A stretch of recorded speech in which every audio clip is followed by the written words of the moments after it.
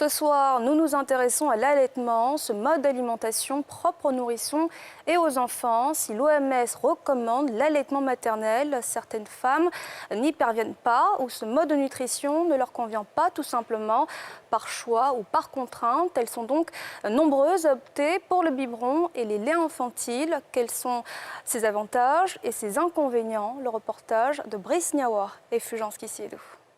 Je prends, non, je suis en retard. C'est la reprise du service pour cette responsable d'entreprise.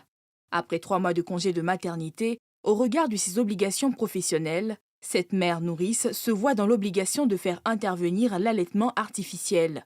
J'ai fait un programme en fait. Le matin, il tète. Et puisque je viens à midi, entre midi et 2, quand je rentre, il prend le lait, le sein.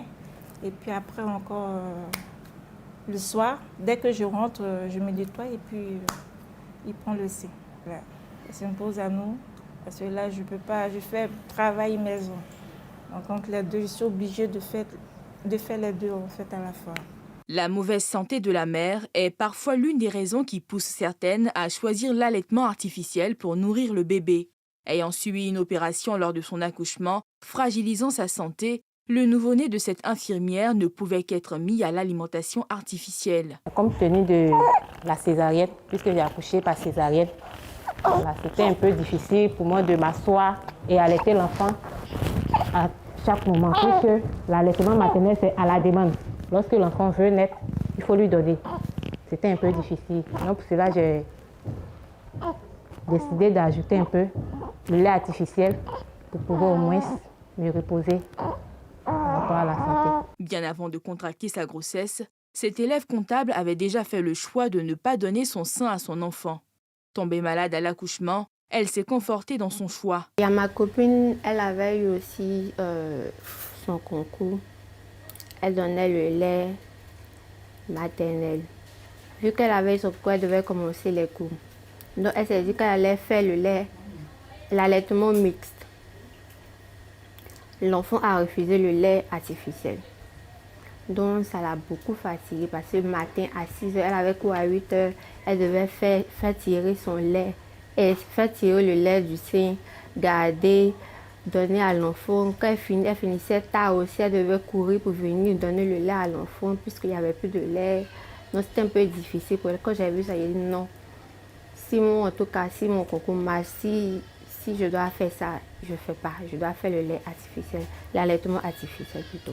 Si les raisons diffèrent d'une mère à une autre, pour de nombreuses nourrices, l'allaitement artificiel semble être un recours efficace.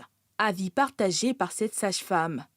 Par exemple, un abcès de sein, une mère qui est éclamptique ou bien une mère qui a une psychose puerpérale ne peut pas allaiter son bébé. On est obligé de recourir à l'alimentation artificielle. Toutefois, ce type d'allaitement exige le respect de beaucoup de mesures d'hygiène, au risque de fragiliser la santé du bébé. Quand on utilise des laits, il faut faire